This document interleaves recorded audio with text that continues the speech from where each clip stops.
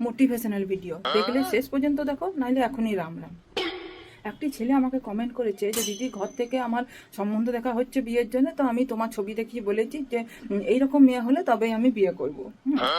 আর অন্যদিকে একটি বিবাহিতা মহিলা আমাকে কমেন্ট করেছে যে দিদি, তোমার মতো স্বামী পাওয়া, এই তোমার স্বামীর মতো স্বামী পাওয়া খুব ভাগ্যের ব্যাপার, সবার কপালে অমন স্বামী জুটে না।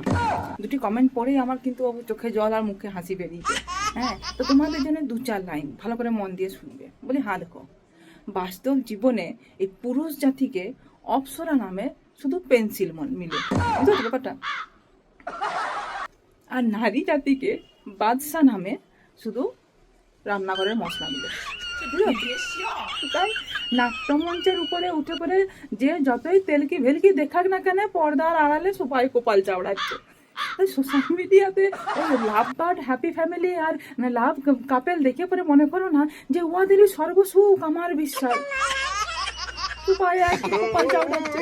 আর এখন কাজে মন দাও, লোকের নিয়ে ভাববো না।